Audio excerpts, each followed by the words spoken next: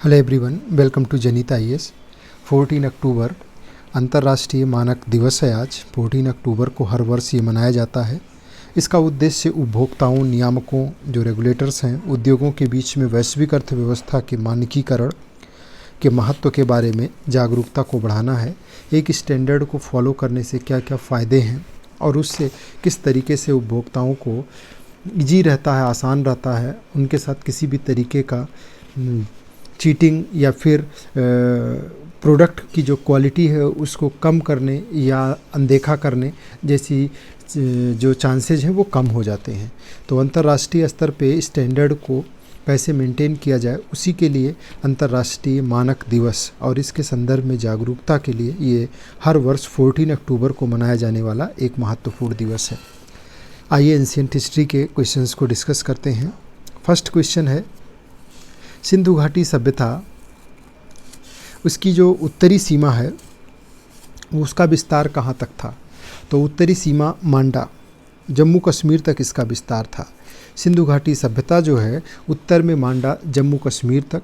वहीं अगर दैमाबाद करें बात, तो महाराष्ट्र में दक्षिणी सीमा है दैमाबाद तक।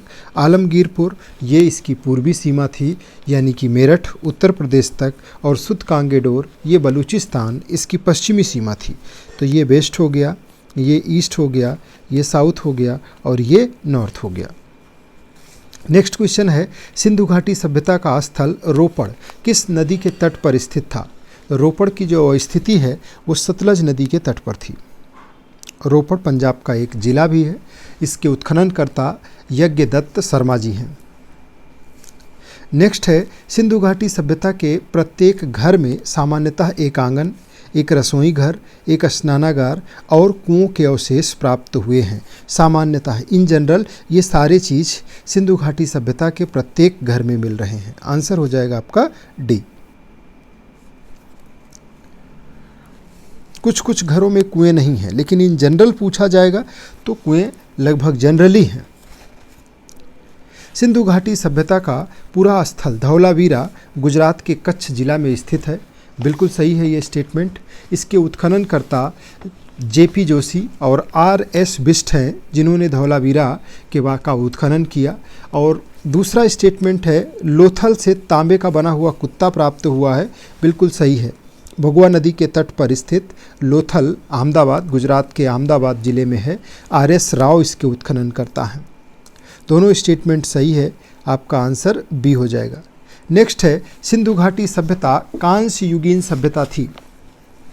तो सिंधु घाटी सभ्यता ताम्रपाषाण जो सभ्यता थी, उसके बाद तांबे में कांसे को मिला करके बनाया जाने लगा, टिन को मिला करके तांबे में कांसा बनाया जाने लगा। उस सभ्यता को सिंधु सभ्यता को कांस्य युगीन सभ्यता के नाम से जाना जाता है। सिंधु घाटी सभ्यता अपने त्रिभुजाकार स्वरूप में थी, जिसका क्षेत्रफल लगभग 13 लाख वर्ग किलोमीटर है।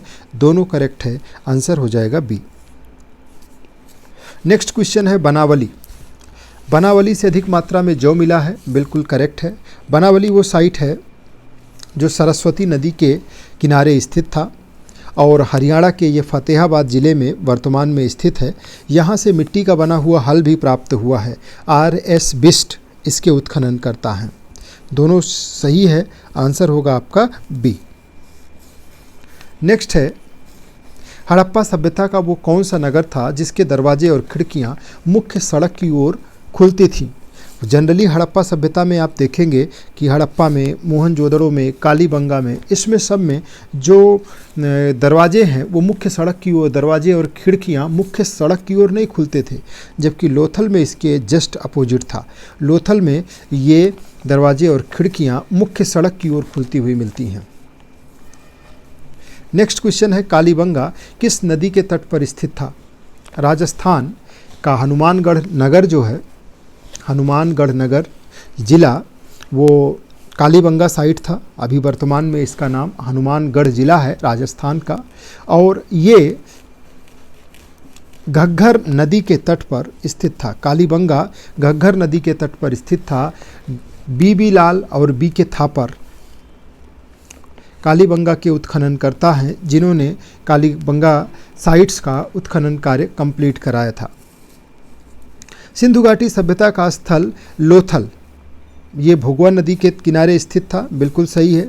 और RS राव लोथल के उत्खननकर्ता, दोनों स्टेटमेंट सही है, आपका आंसर होगा बी।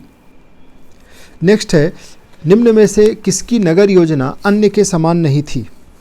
तो हड़प्पा, मोहनजोदड़ो, कालीबंगा, ये 3 ऐसे नगर थे जिनकी नगर योजना बिल्कुल सेम थी।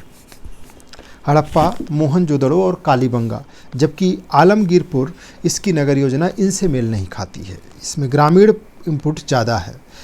अब आपको ये कमेंट बॉक्स में बताना है कि इसकी जो नगर योजना थी उसका स्वरूप क्या था।